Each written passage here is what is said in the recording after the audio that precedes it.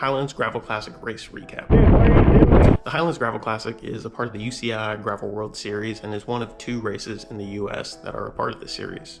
The UCI Gravel World Series of events serve as qualifiers for the UCI Gravel World Championships that will take place in Zoutlenberg this October. The qualifying criteria for these events is to finish in the top 25% of the category you're racing in to qualify for that category at the UCI Gravel World Championships.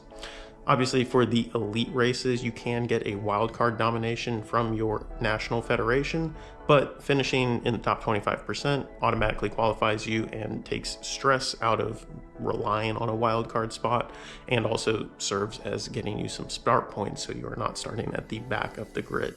Going into this race, I was pretty confident with where my fitness was at, and I typically ride well on the terrain that this course is on, so I had my eyes set on racing for a podium finish and the potential to race for the win as well. We had a pretty small field, so only the top 4 finishers on the day were going to automatically qualify for the World Championships, and there were only a handful of really fast guys I noticed on the start list, including Skylar Taylor, John Purvis, Ted King, and several others. I was pretty confident with where I was at, fitness-wise, bike-wise, setup-wise, going into this race, so my sights were set pretty high, but unfortunately that would not work out as the race began to unfold. This course, 68 miles long, rolling terrain in northwest Arkansas, but the roads are pretty treacherous gravel, and they have been known to cause flat tires both at this race and lots of other races in the surrounding area. For this, I ended up running mountain bike tires yet again, which seemed to be the move for a fast racing gravel tire.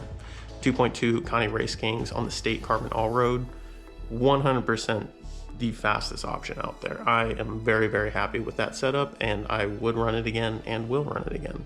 Race starts, we have a small field, so it doesn't really matter start position. I did start at the front this time, but that really doesn't matter since the first real effort of the race isn't until about 20-25 minutes in. This first climb comes after a relatively fast descent section, which the last time I ran this race caused a lot of people to flat out of contention, but this year, being a smaller field size for the elite men, did not really cause any issues. Going up this climb, there were several hard efforts made at the beginning of the climb, and I was able to follow through with relative ease. Didn't feel too bad on the legs until we got to the top and it kicked up yet again. On this second pitch, there was a little gap that opened up, and I believe I yelled at the rider, "What are you doing?" as I try and panic close this gap as I see something start to form before we hit the top of the climb. And basically, as soon as I make a little effort around him to latch onto the lead group, my back just left the body entirely. If you've never experienced back pain while you're riding before, it is pretty immobilizing, and that definitely makes it hard to pedal hard as well. I start going backwards and see these lead trio that becomes 4 or 5 riders just kind of ride away, and I fall back through the next group on the road, which would be the bulk of the racers on the day. I end up falling off the back of this group near the top of the climb, but do end up chasing on with one other rider and fall into this chase group that would end up racing for 5th.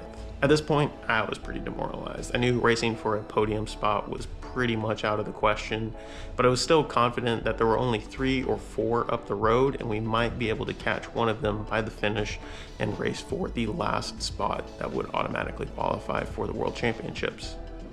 Unfortunately, my back did not really get any better, and I was able to roll through for most of the day up until the last climb, when back started acting up again and was unable to hold on to the remainder of this group going up the final climb.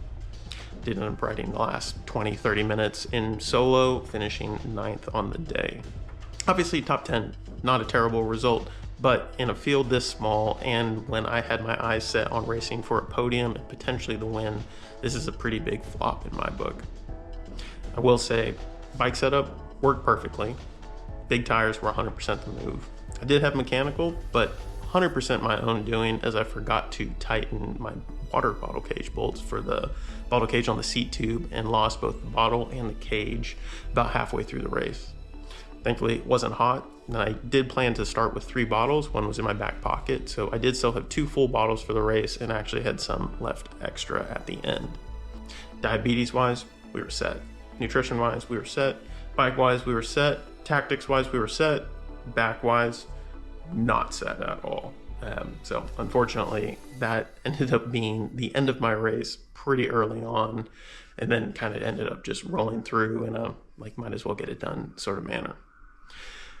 A little demoralizing, but it happens. It's racing. I didn't crash.